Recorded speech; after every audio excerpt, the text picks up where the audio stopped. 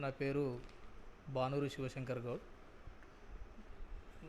ఈ మాట్లాడడానికి ముఖ్య ఉద్దేశం ఏంటంటే, తోల్కోటలో జరుగుతున్నటువంటి గవర్నమెంట్ ల్యాండ్ల మీద మేము సుదీర్ఘంగా ఫైట్ చేయడం జరిగింది.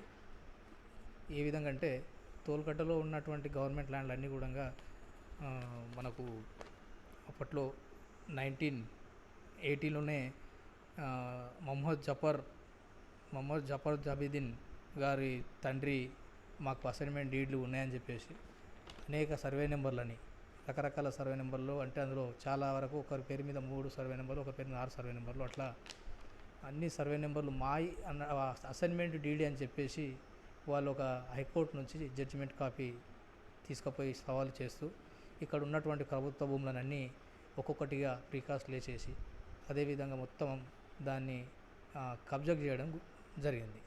అందులో భాగంగా ముఖ్యంగా చెప్పాలంటే 143, 108, 107 ఇంకా కొన్ని ఉన్నాయి భూములు. ఎందుకంటే కొంచెం చెప్పడంలో చాలా పెద్ద ఎత్తు కాబట్టి కొన్ని నీళ్ళది నేను తీసుకుంటున్నా.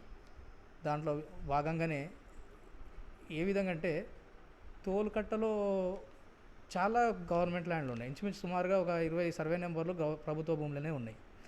దాంట్లో ముఖ్యంగా ఈ 107 సర్వే నెంబర్ సంబంధించి అది 2023లో గవర్నమెంట్ సర్కారీ భూమి కాస్త పట్టగా మారి అది భవానీ హోమ్ డ్రీమ్ వాళ్ళు దాన్ని ఫామ్ ల్యాండ్గా చేసి విక్రయించే ప్రయత్నాలు కూడా చేయడంలో మేము గత 10 నెలల కింద ఆల్రెడీ ఒక పెద్ద ఎత్తున ఇక్కడ రైతులతో, ఎందుకంటే రైతులకు కూడా అక్కడ న్యాయం జరగలే.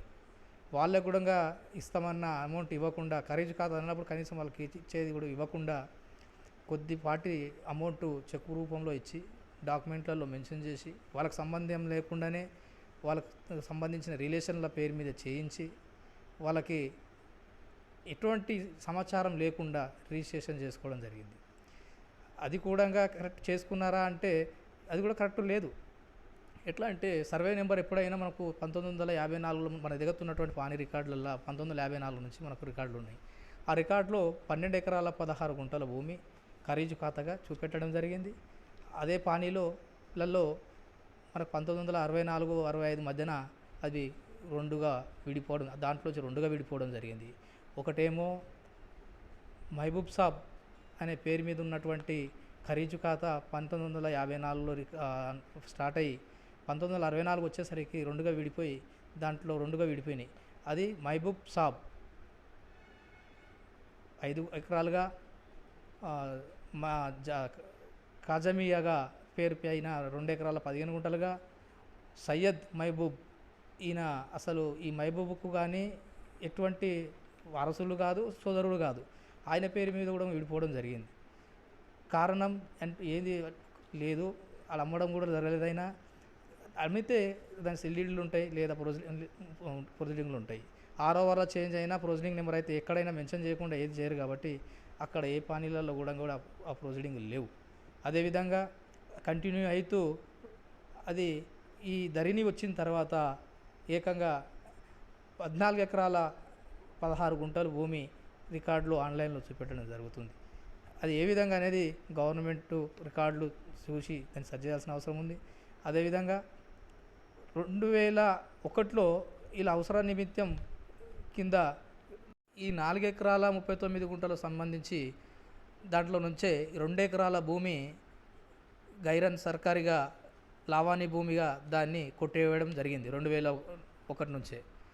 అయితే ఈ భూములను పట్టా చేసే క్రమంలో ఆల్రెడీ 2 ఎకరాలకు ఒకసారి ఒక డాక్యుమెంట్ ఉంది, 4 ఎకరాలకి ఇలా డాక్యుమెంట్ ఉన్నాక మరి ఈ రెండు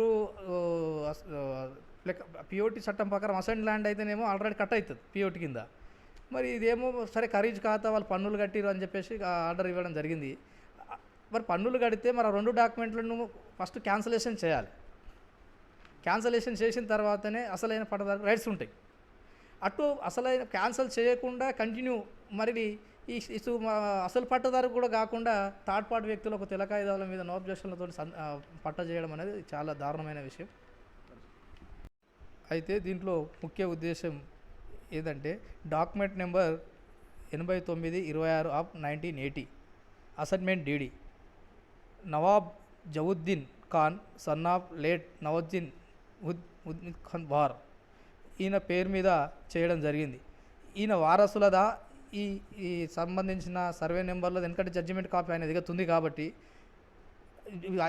ఈయననే ఇప్పుడు అందరిపైన ఇప్పుడు ఎందుకంటే దీనిలో ఎవరు ఇన్వాల్వ్ అయినా ఈ సర్వే నెంబర్లు అందరిపైన కేసులు ఇప్పుడు నాతో పాటు ఆర్డీఓకు కలెక్టర్కు చీఫ్ సెక్రటరీకి అందరి మీద కేసులు వేస్తున్న వీళ్ళదా అసలైన పట్టదారులు లేదు మహబూబ్ సాబ్ సంబంధించిన 12 ఎకరాల 16 గుంటలు ఉంది కదా 107 సర్వే నెంబరు ఈ సర్వే నెంబర్ సంబంధించి ఆయన పట్టదారుడా లేదు ఇప్పుడు కొత్తగా వచ్చిన భవానీ ఒండ్రిమోల్ వాళ్ళు చేసినటువంటి ఆన్లైన్లో చూపిస్తున్నటువంటి 16 మంది మొత్తం 12 ఎకరాల 16 గుంటలు 4 ఎకరాల 39 భవానీ ఒండ్రిమ్స్ మిగతా సంబంధించిన వాళ్ళ వ్యక్తులకు సంబంధించి మిగతా సంబంధించిన ల్యాండ్ పట్టా చేయడం జరిగింది కదా అది వాళ్ళకు పట్టదారులా దాంట్లో 12 ఎకరాల 16 గుంటలు ఉండాల్సినటువంటి భూమి 1954 నుంచి ధరణి వరకు ధరణి వచ్చిన తర్వాతనే 14 ఎకరాల 16 గుంటలుగా మారింది.